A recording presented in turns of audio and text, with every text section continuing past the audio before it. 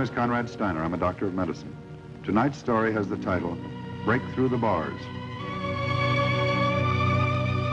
Guardian of birth, healer of the sick, comforter of the aged.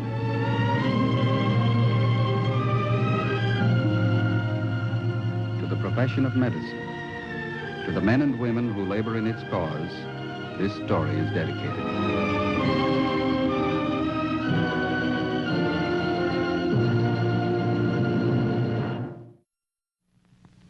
Our presentation tonight, the field of psychiatry, science of treating mental and emotional disorders.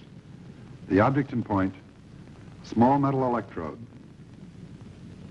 The case in point, Henry Clow Fisher, age 44, unmarried. Henry prides himself on excellent health. His life is carefully ordered. He maintains a balanced diet, mild exercise, neither drinks nor smokes. His biannual colds are not severe and have never caused him to miss a day's work. Yet despite his careful planning, Henry Fisher is marked for a serious and crippling illness. Is anything troubling you? There's nothing wrong with the bank. Think you have a fever? Will you stop it? Stop fussing over me. Henry, what's come over you? I've never seen you act like this. What's the matter? I'm sorry, sis. I just haven't been sleeping well lately. I lie awake, thinking. Man my age, I'm nothing. You're not president of the bank, but I certainly think an assistant cashier is something to point to. Oh, I'm nothing at all, Martha. I'm wrong. I'm a misfit from the day I was born. Please, Henry. No use denying it. I live in the dark. Day after day, just living in the dark. Come on now, Henry, cheer up. Polly called me yesterday. Did something come between you? I'm your sister, Henry. You can tell me. I've got no business going out with women. I can't afford it. It's after 8. I'll be late. Henry, your lunch. I'll see you later. Henry, what about your breakfast?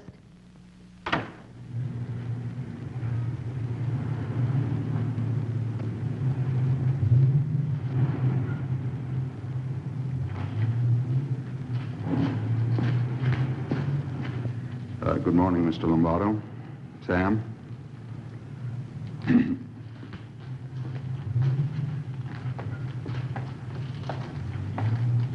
I'm sorry I'm late. I was delayed.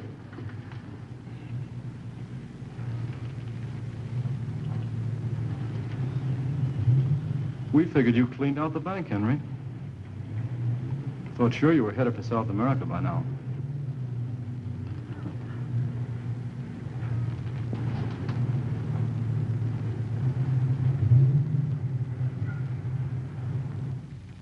of this town when housing was hotter.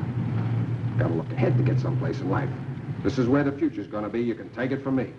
Well, we've got to take it from the facts, Mr. Liggett, but the plan certainly looks sound. Sound as a dollar. Pre-war dollar, that is. Well, I'll get back to you tomorrow. Thank you. Bye.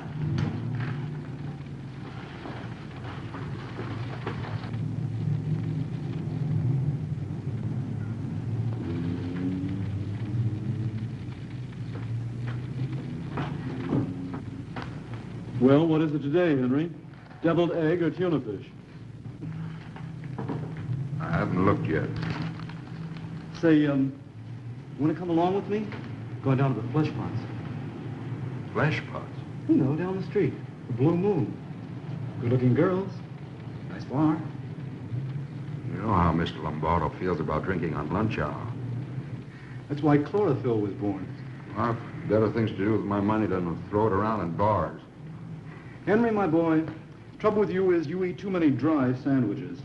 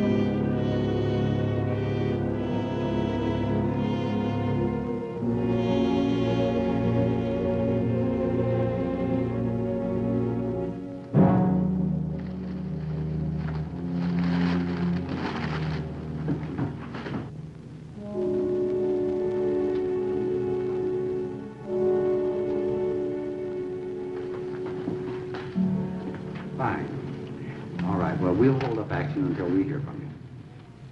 Thank you. Mr. Lombardo, the Liggett subdivision.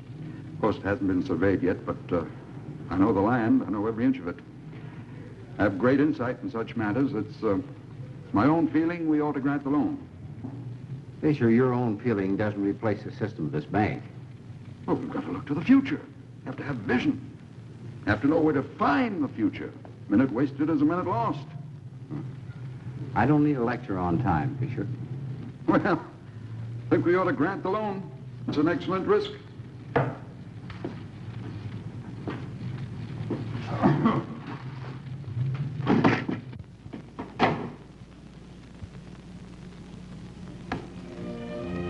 Bartender?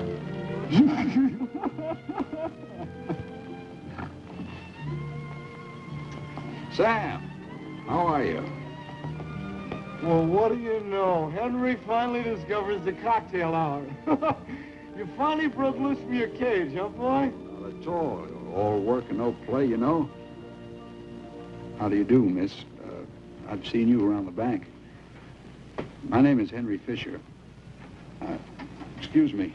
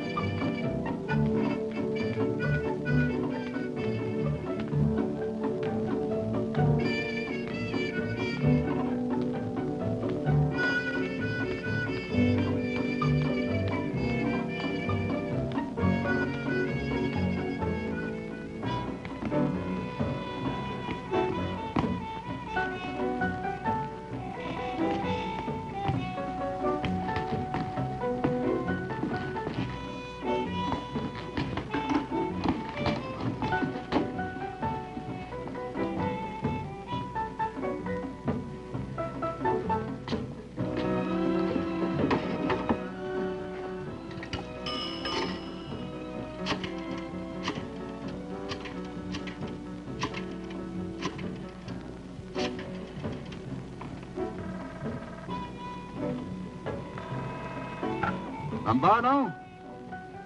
Henry Fisher on this end, Lombardo. Fisher? Oh, what the devil do you want at this hour of the night? What? What development? Now listen to me, Lombardo. I've got this all worked out. Now this calls for immediate action. I mean immediate! I'm down at the Blue Moon, you know, down the street from the bank. I'd like you to get into your clothes and come down here right away. Dollar-wise, this development can mean a fortune in a matter of months, but we don't let them do it. We do it ourselves. Now, understand this, Lombardo. I don't want anything for myself. You can take all the profits. I'm doing this as a public service. I've got it all worked out about the money, too. Are you out of your mind, Fisher? I want to talk to you, Fisher, the first thing in the... I want to talk to you the first thing in the morning. And you see to it that you're sober. How dare you? Now, just what... Clyde? Yes, sir? I decided I'm going to do something for you, Clyde. How's that? This color scheme, you know, the decor, the architecture, it's all wrong, Clyde. All wrong. Take that wall, for instance. Out it's got to go. And that one, too. Expanse, width. You know? Bigness! That's what this place needs. Feeling of bigness! I'll design it for you myself. Tell me no charge, Clyde. I like you. We'll talk about it as soon as I get back. I have to go down the street, see a gentleman about some very important negotiations. About a uranium mine. Will you excuse me, Clyde, please? Yeah, sure, Mr. Fisher. Go ahead. I'll be back in a few minutes.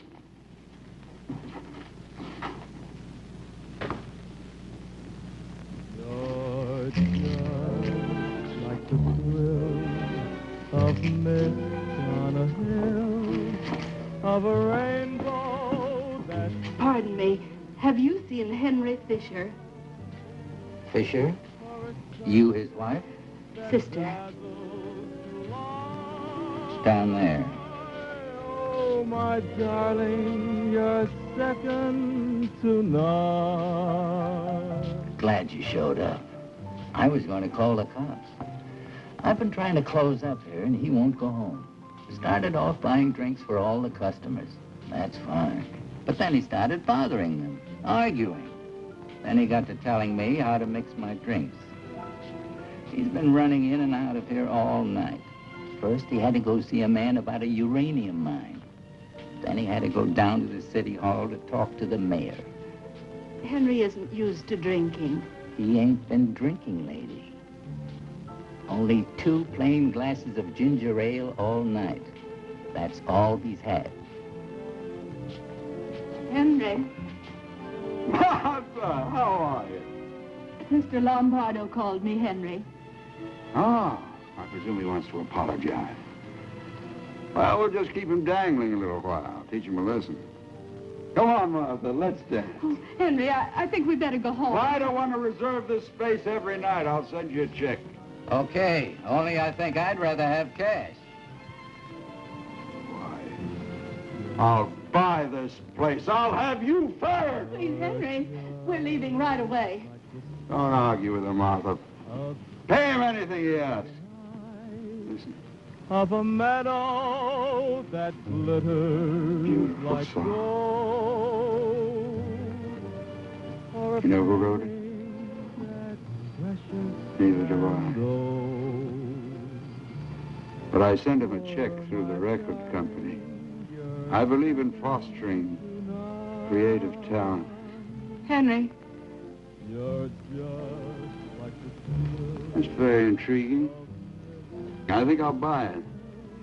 Henry, I have to see Dr. Paley tonight. I need some more of my medicine.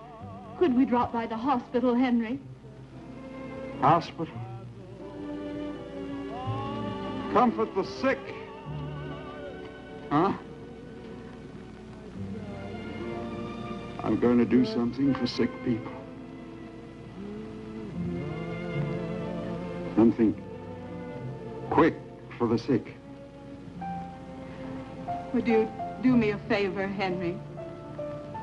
Of course, dear. Anything you ask. But first, we have to get to the hospital. Something quick for the sick. Something quick for the sick. Something quick for the sick. Something quick for the sick. You just sign there, Henry. Then you can stay here for a while and help people. You can be helped yourself. How's this for a signature, Dr. Paley, huh? Very intricate. That shows they can't forge it. Very interesting, Henry. You take this, honey. We Now. go right through here. All righty. If there's anything that you need, just ask for it. That's a lock.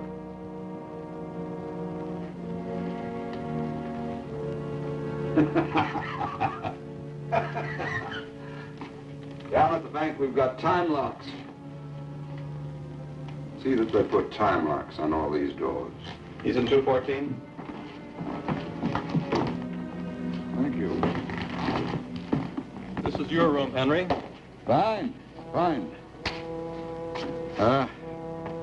Have this bed removed, would you please? There isn't going to be any time for sleeping. When I start reorganizing around here, there'll be no time for sleep. Well, let's get moving. How many people do we have here? Oh, bring them all out. I want to talk to them all.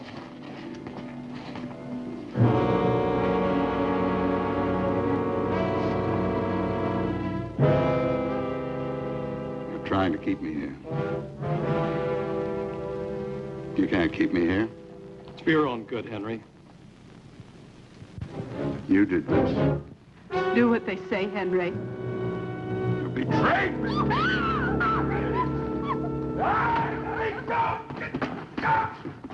You betrayed me! You betrayed me! You betrayed me! You betrayed me! You betrayed me!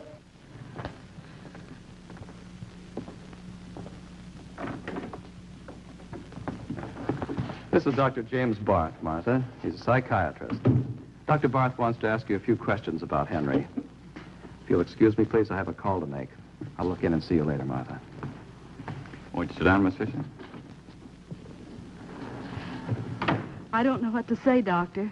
There was never anything like this in the family. What's happened to your brother is no disgrace, Miss Fisher. It's fairly common. 1 out of every 4 persons has some sort of nervous or mental illness during his life. Actually, 1 out of every 10 is ever hospitalized for it. But he is insane, isn't he? That's illegal, not a medical term. Let's say that he's temporarily unable to manage his affairs, that he's not responsible for what he does, and he needs help. Has he had any serious illnesses? No. Henry's been quite healthy. He had the usual childhood sicknesses, measles and chickenpox. No accidents involving the head, no falls? No, I'm sure of that. Your brother was never married? Neither of us. Father died when we were children. We lived with Mother until she passed away about 8 years ago. Well, how did your brother react to your mother's death, Miss Fisher? He took it very hard. It worried me quite a bit at the time. Couldn't eat, couldn't sleep, moped around for the longest time. Doctor, how could this happen? How could Henry become a raving maniac like this? Well, it's unfortunate you saw that outburst because it's the usual popular conception of a lunatic. Actually, your brother was in extremely high spirits and reacting with frustration when he was crossed. A drunken man reacts much the same way. I thought he had been drinking. He'd been throwing money around, writing checks. That's typical of the manic-depressive reaction. It can go either way, either into deep depression or into great exhilaration. But why? How did it happen? Well, to understand a depressive, you must imagine that everything has gone wrong. You're no good, a failure, a sinner, an outcast. To conceive the manic stage, think of your happiest moment, some triumphs, some exhilarations when you were on top of the world. His thoughts are not distorted, they're simply exaggerated. Will we have to send him to an asylum? No, we'll treat him here. And if everything goes well, we expect to have him home in a few weeks. You mean you can cure him? I can't guarantee a cure, Miss Fisher, but I'm reasonably confident that we can help him get over this attack and back to work. He might go through his entire life without further incident. We'll probably start electrotherapy in a few days. You mean electric shock treatments? That's an unfortunate name for medical treatment, Miss Fisher. It isn't shock as you think of an electric shock from a lamp cord. It's stimulation of certain areas of the brain. Some tests will have to be made before we start treatment. I see. His brain is unbelievably active. He's incoherent because he's thinking so rapidly. It's what we call the flight of ideas. Now, left alone, he'd run himself into a state of absolute collapse.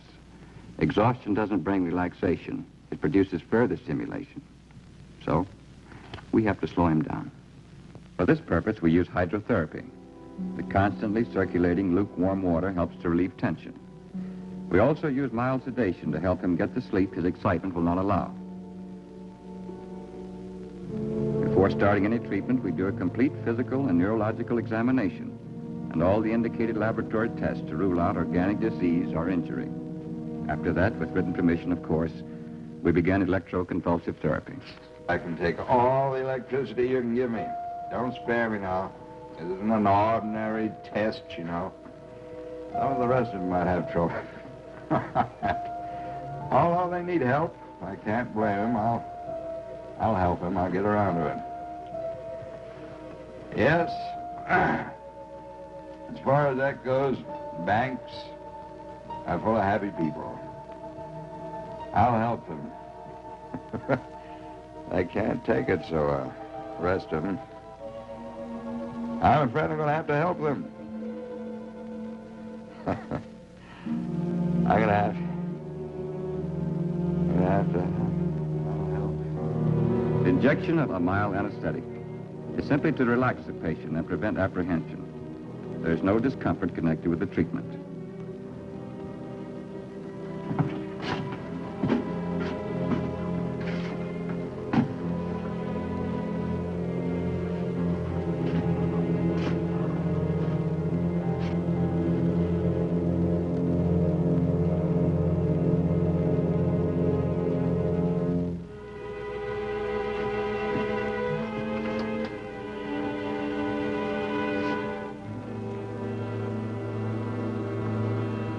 Current of very low intensity, measured in thousandths of an ampere, is applied to the temporal area.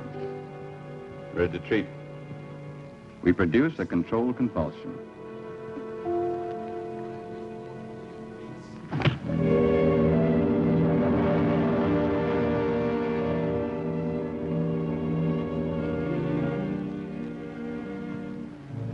It's likely that after 10 to 20 treatments, the patient will be discharged from the hospital. He will probably return for additional treatments on an outpatient basis. He will also receive further supportive psychotherapy.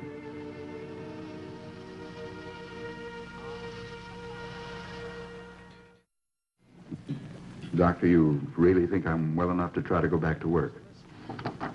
Well, you finished your electrotherapy. There's still a few things we can work out in interviews, but there's no reason why you should be sitting around. I talked to the manager of your bank this morning. Well, I don't expect Mr. Lombardo to take me back. He didn't say he wouldn't. He wants to see you. I explained your case very carefully. Well, it won't do any good, but thanks anyway, Doctor. I'll find something else. I'll watch myself, try not to get excited. Henry, don't watch yourself. Go out and live your life. Enjoy it. Believe in yourself. You're just as good as the next man. I don't think you'll have a bit of trouble.